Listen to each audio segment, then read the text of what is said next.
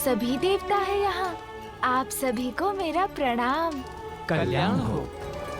प्रणाम मामा जी विष्णुदेव, मामी जी देवी लक्ष्मी, कल्याण हो पुत्र। फूफा जी ब्रह्मदेव, बुआ जी देवी सरस्वती, आपको भी प्रणाम। आप सभी अतिथिगण यहाँ मुझे आशीर्वाद देने आए, ये मेरा परम सौभाग्य है। देवराज इंद्र भी है, आपको भी मेरा प्रणाम। जैसे पुष्प की सुंदरता कोई हर नहीं सकता, वैसे ही कांटों को कोई सुंदरता कैसे दे सकता है। व्यर्थ ही हो रहा है ये आयोजन। बालक और उनके माता पिता अपना स्थान ग्रहण करेंगे। सर्वप्रथम छठी का संस्कार होगा। बालक की बुआ उसे काजल लगाएगी।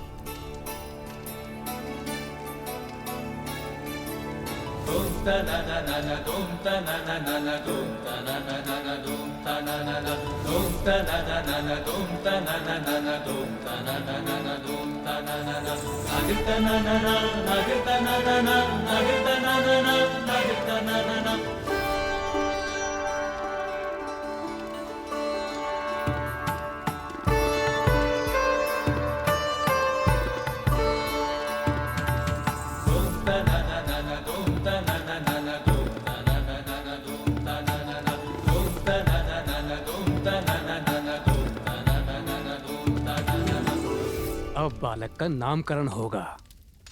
अरे अरे, उससे पूर्व मुझे नेक लेना है बालक के पिता से।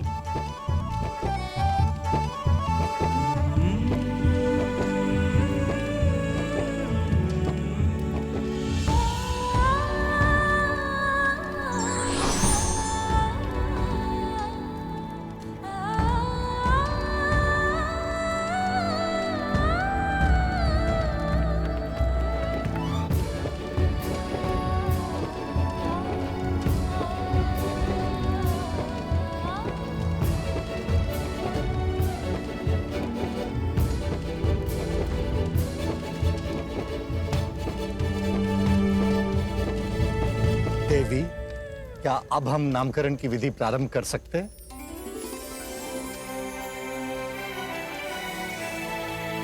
मेरे पुत्र को नाम प्राप्त होगा।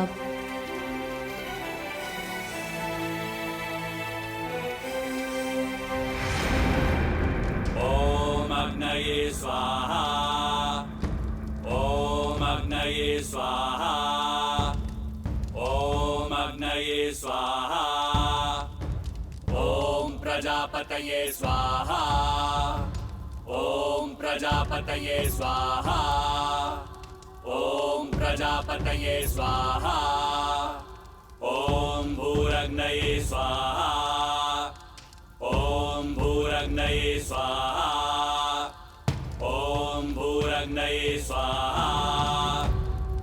बालक की कुंडली प्रस्तुत की जाए। कुंडली?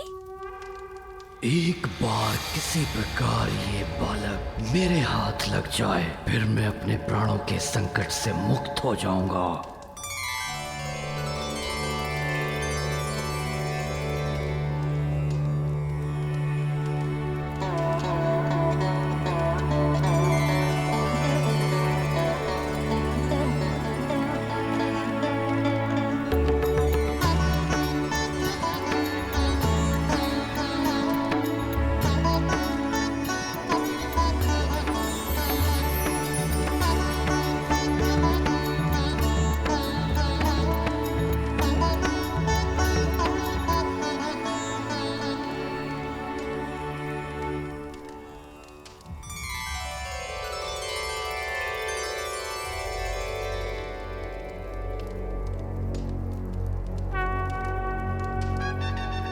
प्राप्त हुआ है बालक को? क्या नाम दिया गया उसे? अभी पता चल जाएगा पार्वती नंदन का क्या नाम है। हमें बालक के नाम का प्रथम अक्षर प्राप्त हुआ है। अब ब्रह्मदेव वो अक्षर देवी सरस्वती को बताएंगे।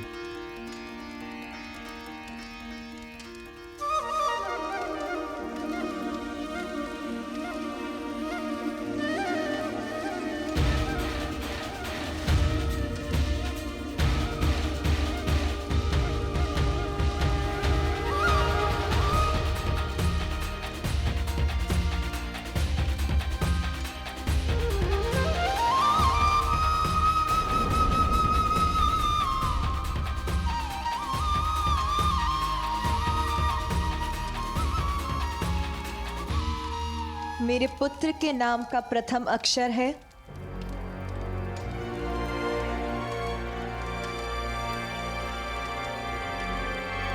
ग ग ग ग प्रथम अक्षर है ग निकला है। ग से नाम प्रारंभ होगा।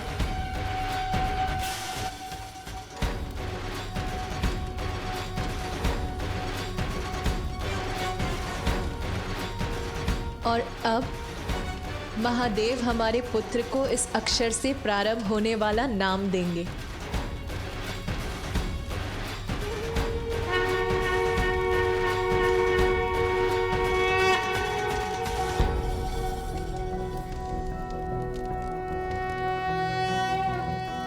कोऽसिकतमोऽसि कस्यासि को नामासि यस्य ते नामा मन्महीयं त्वा सोमेनादितृपाम् भूर्भुवस्वः सुप्रजा प्रजाभिः स्याथं सुवीरो वीरः सुपोषपोषः ॐ कोऽसिकतमोऽस्येषोऽस्यमृतोऽसि आहस्पत्यं मासं प्रविश गजानन।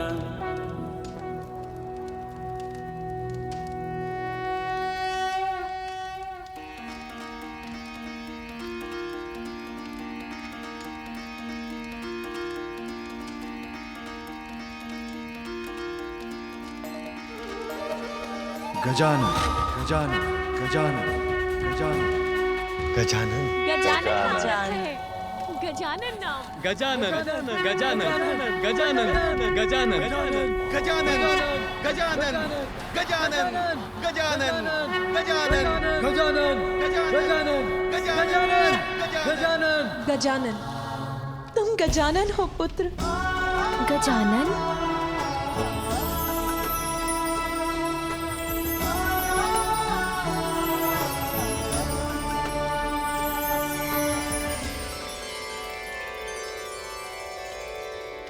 हे बालक त्वमायुष्मान वर्चस्वी तेजस्वी श्रीमान भूयाः। भिन्न भिन्न स्थानों पर जाकर बालक के नाम की घोषणा कर दो, जिससे सभी को महादेव और देवी पार्वती के पुत्र का नाम याद हो जाए।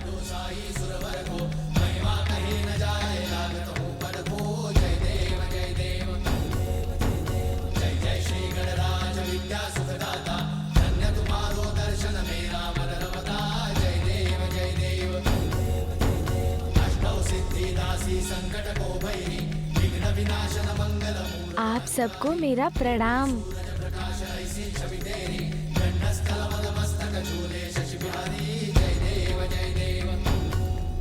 देवगण, अब विधियां संपन्न हो चुकी हैं। हम देवताओं को यहाँ से प्रस्थान करना चाहिए।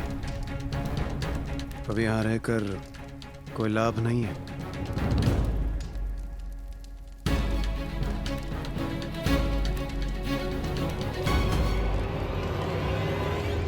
इस बालक का तो मैं अभी यही अंत कर सकता हूं। बस एक बार ये मुझे अकेला तो मिल जाए। इस प्रसन्नता की घड़ी में आप सभी हमारे साथ यहाँ उपस्थित हुए, धन्यवाद स्वरूप मैं स्वयं आप सभी का मुख लड्डू से मीठा करवाऊंगी। अर्थात और विलंब होगा हमारे प्रस्थान में।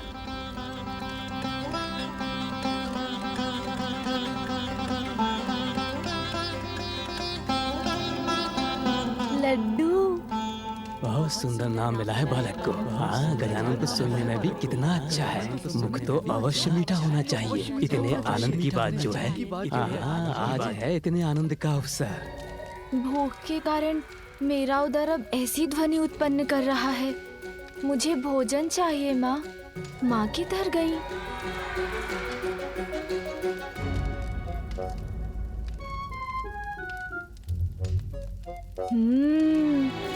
इतने सारे स्वादिष्ट फल,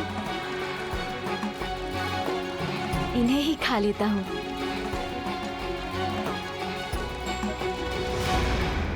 अब ये बालक एकाकी कहाँ जा रहा है?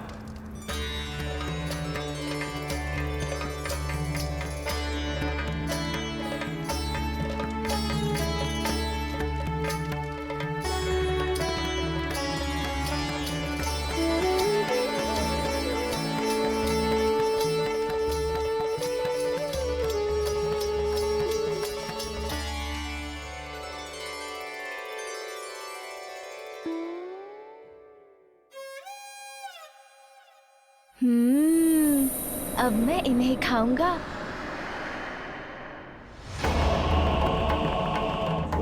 अरे ये किसकी परछाई है?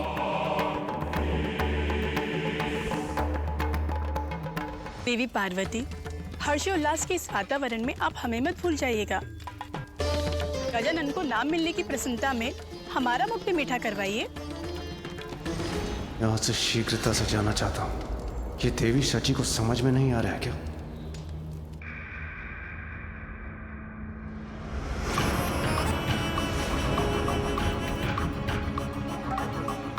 ये कौन है?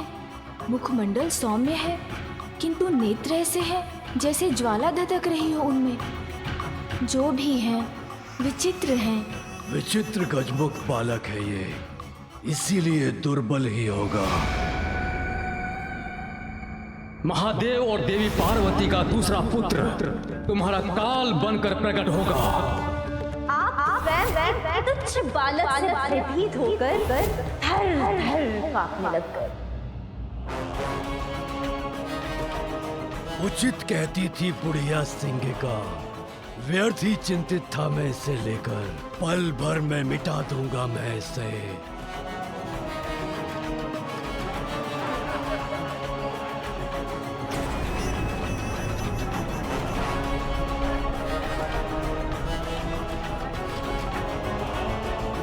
एक बार किसी प्रकार ये बालक मेरे हाथ लग जाए, फिर मैं अपने प्राणों के संकट से मुक्त हो जाऊंगा।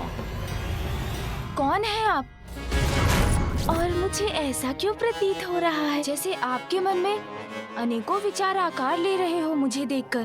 तुम्हारी मृत्यु हो मैं, ये तुम्हें अभी ज्ञात हो ही जाएगा, किंतु उसके पूर्व तुम्हें यहाँ से हटाने का उपाय ढूंढना होगा मुझे।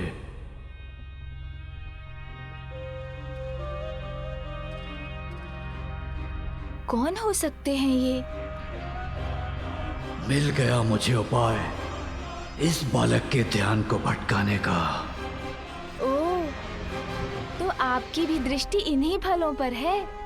देखिए ना कितने फल है यहाँ, किंतु चुनाव करना कितना कठिन हो रहा है। मेरे मन में बस यही विचार आपस में संघर्ष कर रहे हैं कि मैं लाल फल चुनूं या हरा। अब क्या करना है, उसका निर्णय तो लेना ही होगा ना। पर मैं निर्णय ले चुका हूँ मूर्ख बालक, किंतु तुम्हें कुछ भी चुनने की छूट नहीं दूंगा मैं। मेरे आदेश का पालन करोगे और हरा फल उठाओगे।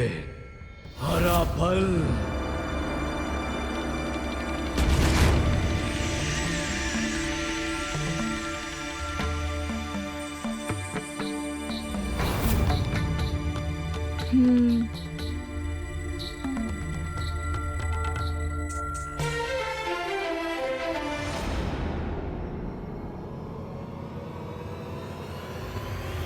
विघ्न बनोगे तुम मेरे जीवन में।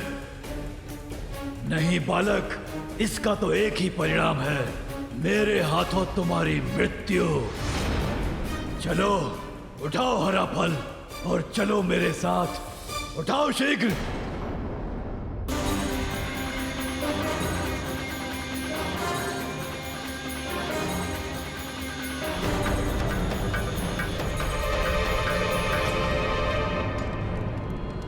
देवी पार्वती, किसका स्वर था ये? किसने पुकारा मुझे? देवी वजनी, शनिदेव।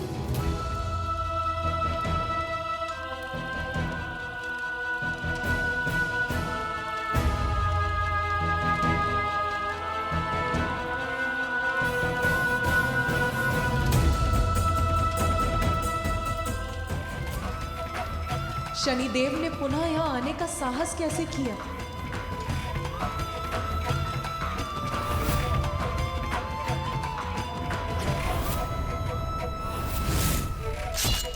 ठहर जाइए, किसी को भी भीतर जाने की अनुमति नहीं है।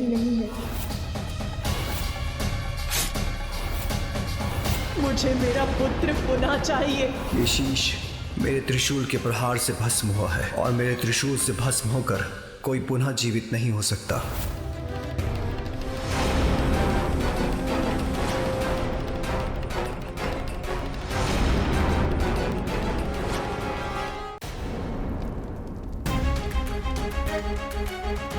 संकोच का कोई स्थान नहीं है। अब तुम्हें वही फल उठाना होगा जिसका चयन मैं कर चुका हूँ। उठाओ हरा फल, उठाओ बालक।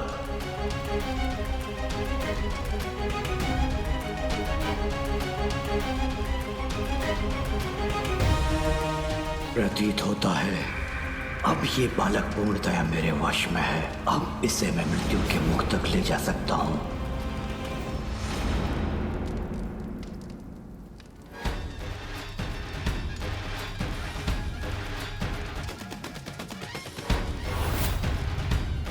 किंतु आपने तो मुझे बताया ही नहीं कि आप कौन हैं। ये तो मुझसे प्रश्न पूछ रहा है, अर्थात इसका मन मेरे नियंत्रण में नहीं।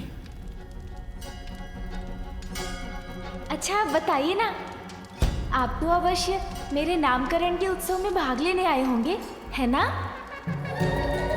आपके यहाँ आने के लिए धन्यवाद। देखिए ना, मैंने तो अपना फल चुन लिया, किंतु उसका क्या लाभ? किंतु जब तक मुझे माँ अनुमति नहीं देती, तब तक मैं कैसे कुछ खा सकता हूँ?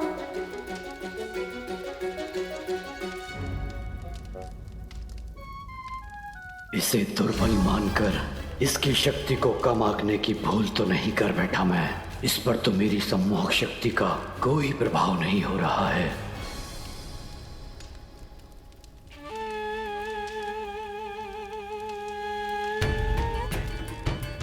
माता मुझसे बहुत बड़ी भूल हुई थी, मुझे क्षमा कर दीजिए।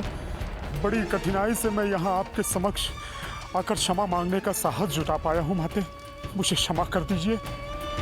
आपने तो मुझे उसी रात्रि दंडित कर दिया था माते, जिसके कारण आज तक मेरा पांव पीड़ा से ग्रस्त रहता है। माता है आप, और माता का हृदय तो अत्यंत विशाल होता है, अपनी संतान की अनेक भूलों को भी क्षमा कर देता है। तो आज अपने पुत्र के नामकरण संस्कार के दिवस क्या आप मुझे क्षमादान नहीं देंगी माते?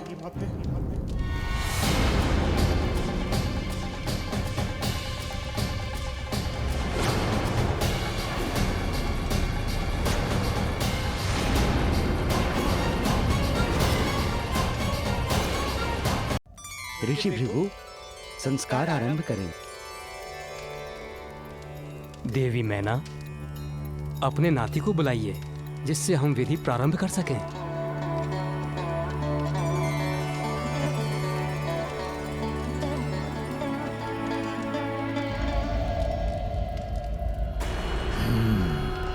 तो अब वो दुष्ट मेरे समक्ष तो आएगा। ये इतना समय क्यों लग रहा है इस विधि में?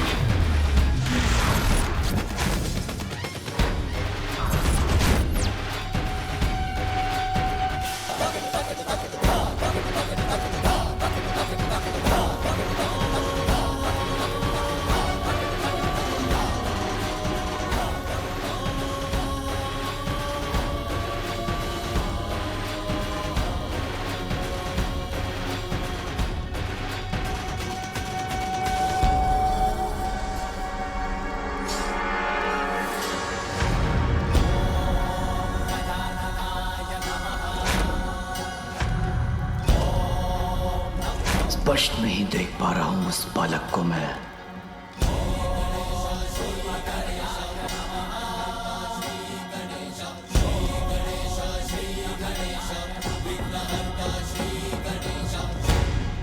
एक बार मेरी दृष्टि तो पड़े इस बालक पर, ये दिखाई तो दे मुझे।